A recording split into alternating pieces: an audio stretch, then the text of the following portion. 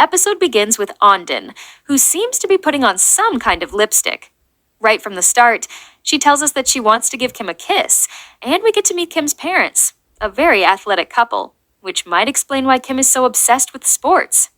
From the beginning, we also see a slightly romantic moment between the two characters, because Kim notices the banana scent of Ondin's lipstick and approaches her in a curious way. Ondin says, finally, I'm going to give Kim a kiss. And then it pauses because Kim is giving her a sort of challenge, and they start running through the school. Before that, we are introduced to these three characters who seem like they're going to try to break couples apart, and in this chapter, they focus on Kim and Ondin. At the school cafeteria, we see the girls talking about their boyfriends. There's a moment that caught my attention because Kagami starts talking about Felix, mentioning how difficult it is for her to communicate with him since he lives far away. When asked for more details, we accidentally discover something. Kagami almost lets slip that she and Felix meet up sometimes and share kisses in the sky using their space powers to communicate and be together.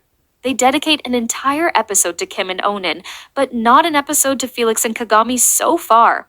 The girls then notice that Kim doesn't seem interested in romantic gestures, so they brainstorm ways to create a romantic moment. Here's where the chaos begins. The three troublemaker boys take turns trying to separate Kim and Ondin. The first one, the blonde, is overconfident and awkward. His plan is to give Kim swimming find and say, "Do you want these? If yes, you can't talk to the girls anymore." Kim interprets this as a kind of challenge and accepts. Then Ondin tries to read a poem to Kim to subtly express her desire for a more romantic relationship. But Kim not only doesn't understand the poem, he laughs at it. Ondin gets really frustrated. At one point, Kagami gives Ondin an idea. Couples often share kisses using candy sticks. We even see a scene showing that Kagami hasn't wasted any time sharing kisses with Felix in many creative ways. And again, why don't they dedicate an episode to them? Next is the duck-faced guy, whose strategy is simply to threaten Kim, saying he can't be with Ondin. But Kim doesn't understand the intimidation and repeatedly insists he's already with her, frustrating the bully. Meanwhile, Kim finds Candy along a path leading to Ondin, intending to give her a kiss. He doesn't understand the romantic context, grabs the candy from her mouth with his own, and eats it, which angers Ondin. Another character decides to trick Kim by telling him that kissing can cause a disease because of germs, playing on Kim's gullibility. Kim believes it and becomes overly cautious about kissing Ondine. Marinette comes up with a new idea, a kind of challenge to communicate romance in a way Kim can understand. Ondine agrees, but Kim, obsessed with germs, refuses to kiss, which offends Ondine.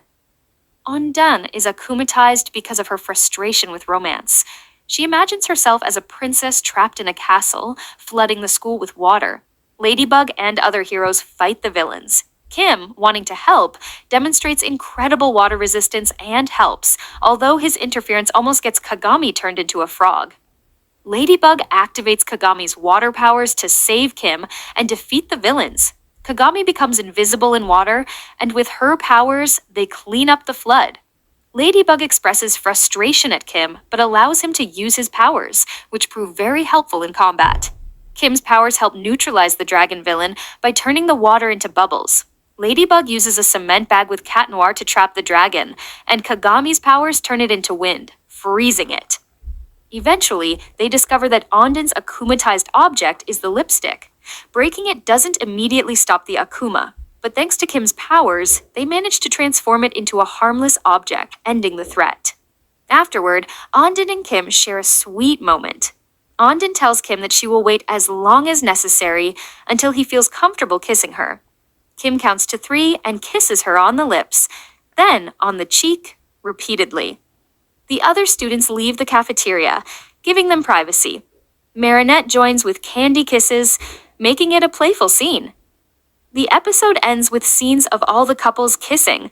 Felix and Kagami appear in a beautiful moment in the sky, looking peaceful and happy together. Nat and Mark also share kisses. In the post-credits scene, the 3 troublemaker boys plan to break more couples, but Lila or Felix appears as a villain, ready to confront them dramatically. Overall, I really enjoyed the episode.